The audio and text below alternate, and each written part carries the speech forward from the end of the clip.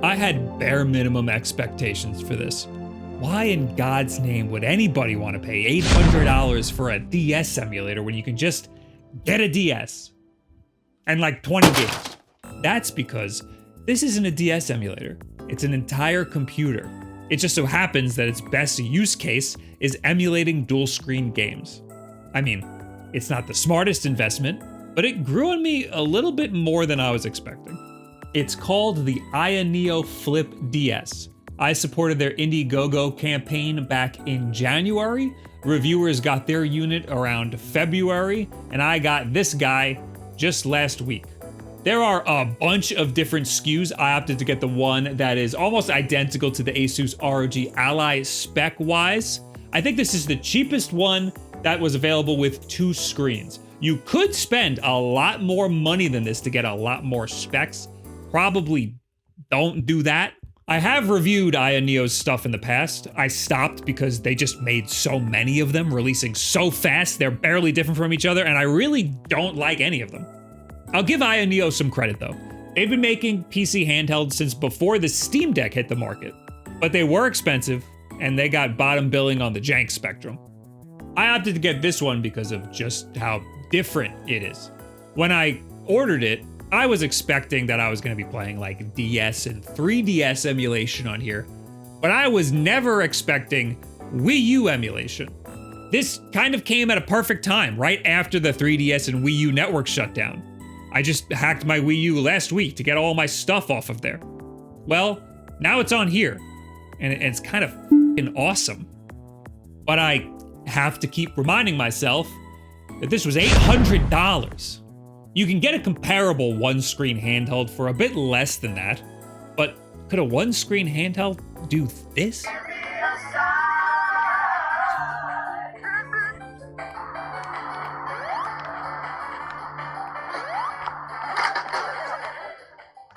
This video is sponsored by Factor. Oh, hey man. Hey, what'd you bring for lunch? Oh, just a Factor meal. Cool, cool. What did I bring, you ask? I did. Well, I derived a new lunchtime meal product. This is called the Flip SD. Oh, wow. So it's like a sandwich? Sandwich? That's good. Can I use that? I'm gonna write that down. How do you spell that? If you were to spell that, how would you spell that? Spell S, and then what? Factor's fresh and never frozen meals are ready in just 2 minutes, so all you have to do is heat and enjoy. Skip the grocery store's prep work and cooking fatigue. Instead, get chef-curated, dietitian-approved meals delivered right to your door. And they've got smoothies and juices and wellness shots. It's easy for me to forget to eat, so having a meal ready to go in the fridge at all times has kept me a little bit healthier. You can take just 2 minutes in the microwave, or for me, I like to put it in the oven for about 7 minutes. And you can try it for yourself over at factor75.com/yahungry50, or click the link below to get 50% off of your first Factor box and 20% off of your next month of orders. And then what you can do, instead of having it open, you could just close it like that. Oh, it's such a good idea, close it. Yeah. Oh, this is gonna be huge. They can sell this in like meat stores. Okay, that's why I'm the ideas guy. The Indiegogo campaign is over, but you can get one for yourself if you can figure that out, because it's not on their website anywhere. And if you Google it, you can click that little link right there and it doesn't bring up anything. Their website is like frozen. Their Indiegogo says it will be up for over $900 at retail, which is kind of a lot. The Flip comes in a T-Mobile Sidekick-like flavor with a keyboard on the bottom half. That's like 4 burritos cheaper, which I'm sure would be useful for setting things up on a Windows handheld. Sometimes I want a keyboard, but that's not as exciting as a whole second screen.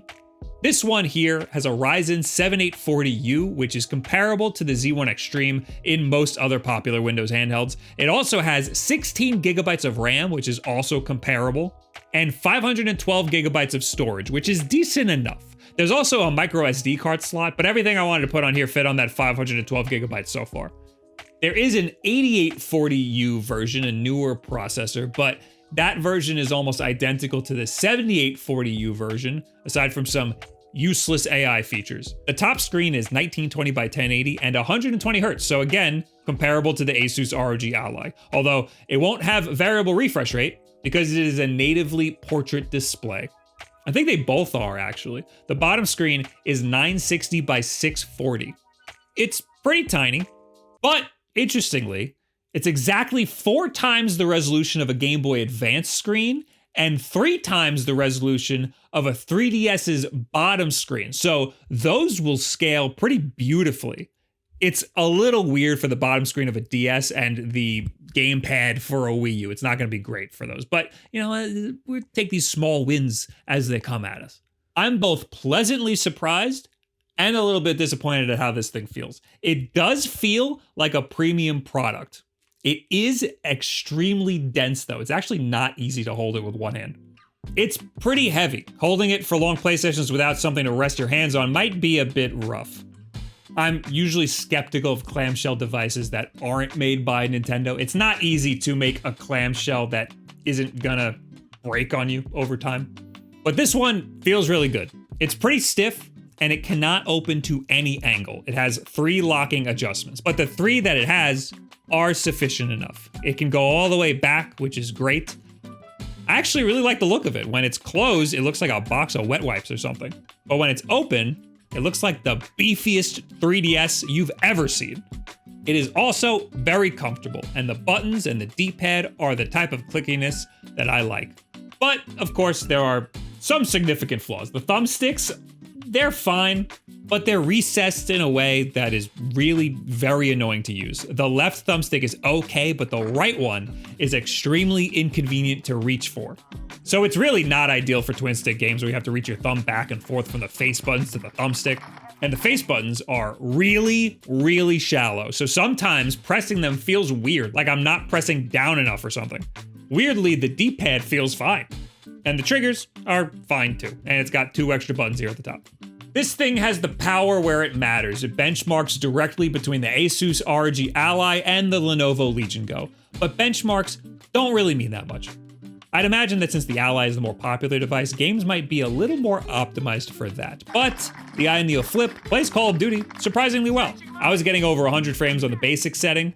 Balance only dropped it a little bit, but honestly, minimum settings looked fine and had the frame rate up around the 120 frames per second mark, which matches the screen's refresh rate pretty well.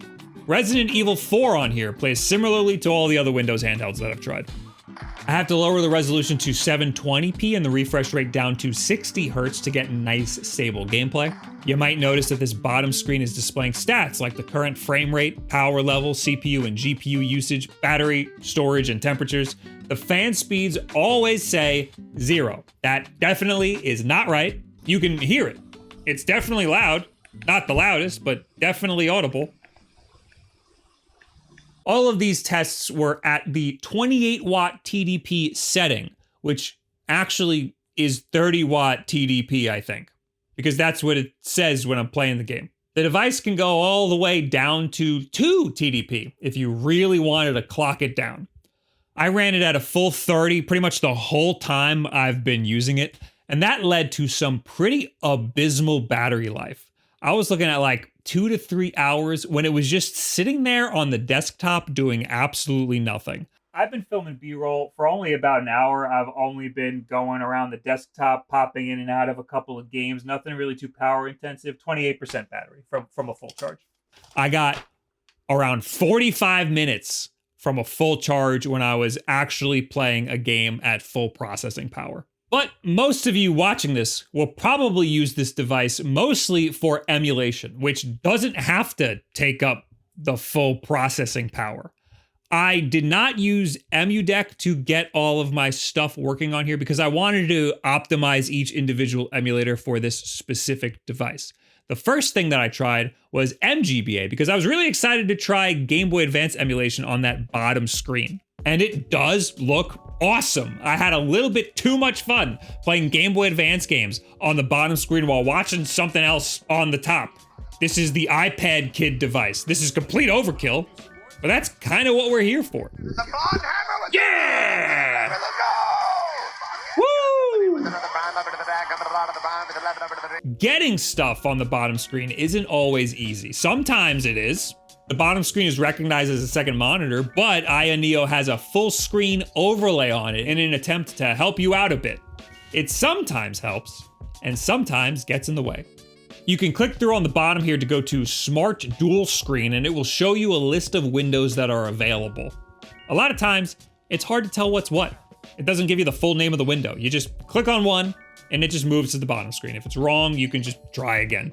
That seems simple enough. If you want to adjust anything while it's on the bottom screen, you can just touch it, but things are extremely tiny, so it's not easy using this little touchscreen.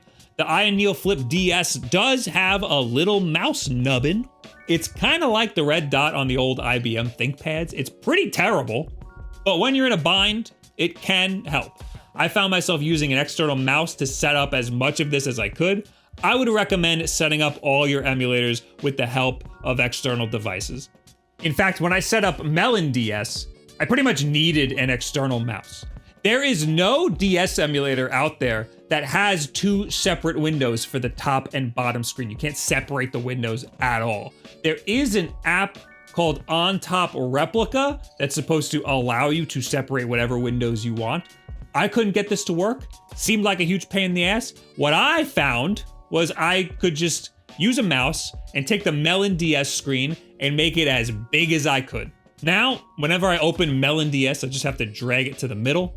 It's not perfect, but the bottom screen isn't gonna scale perfect anyway, so it looks just fine. I also cranked the render resolution up 4 times because I didn't like how blurry it looked on this HD screen. Now, games look kinda sick on here.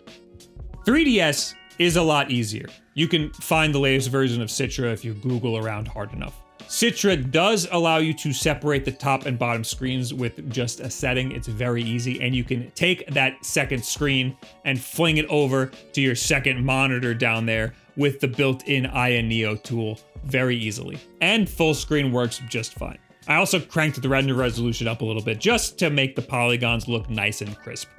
And there's no slowdown whatsoever. Again, an absolutely overkill 3DS emulation setup, but it works, and it works damn fine. But what captured most of my attention on here is Wii U emulation, believe it or not. I just made a video where I hacked my Wii U and got all of my games and saves off of there and restored the online capabilities of it using Pretendo. So it was extremely easy to get Cemu set up on here with all of the same games and all the same saves and even online functionality too. But making Cemu perfect on here, getting it set up the way that I wanted to, was a bit jank.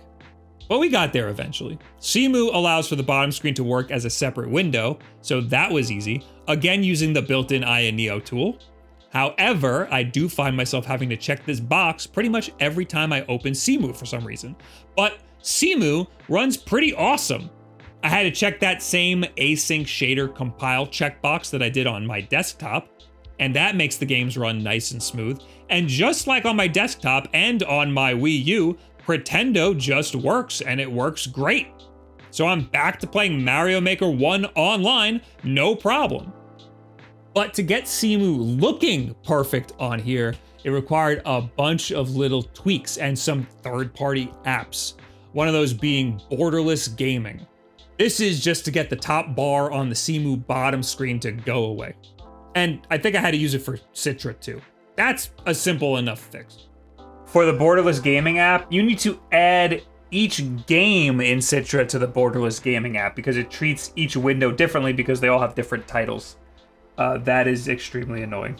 The next one is to get motion controls to work. And that's something I would never even really bother with, but I really wanted them to work on here because I got stuck in Star Fox Zero and I couldn't progress unless I used the motion controls. Yes, the AYANEO Flip does have motion controls built in there, but they do not work by default.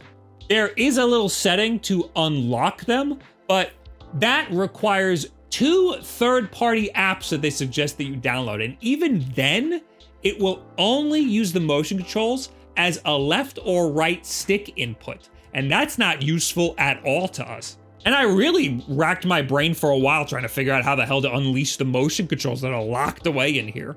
And right before giving up, I decided to use my lifeline. And I just asked Retro Game Corps. He said he used handheld companion. That was extremely easy. This changes the gamepad to act like a PS4 controller. And it looks like it didn't work in Simu's settings, but it does work, and it works great. I spent way too long playing Star Fox Zero like this. Look, this doesn't fix the game, but it does make it a lot better. It's still a flawed game, but I think just playing this game in a new form factor, one that it's not meant for, really took this game and this whole device to another level. It's what got me excited about this ridiculous dual screen again. And then, I have to remind myself once again that this thing was $800. And I will also continue to remind myself how jank it was getting here. For example, in order to even play a Wii U game, I have to first open up handheld companion so that my controller can become a PS4 controller.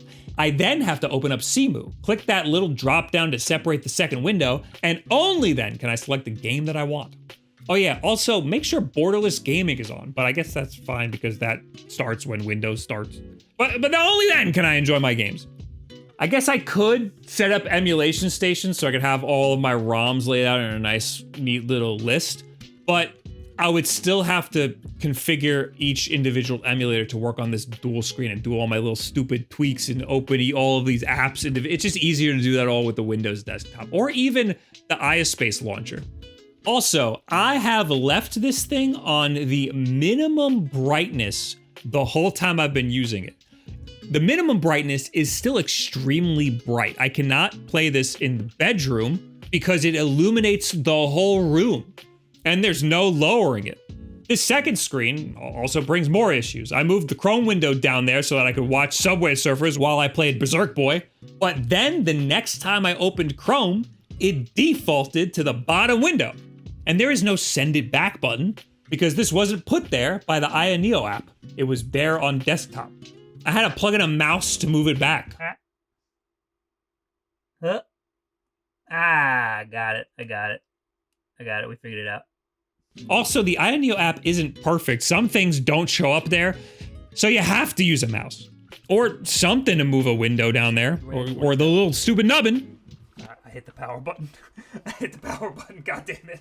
I would love to be able to like just fling a window down there. If like a window could have a little bit of momentum. There exists some third-party apps that will give a floating window some like physics so you can just like fling it to a second monitor. But how many third-party apps do I need to download to get this thing to run good?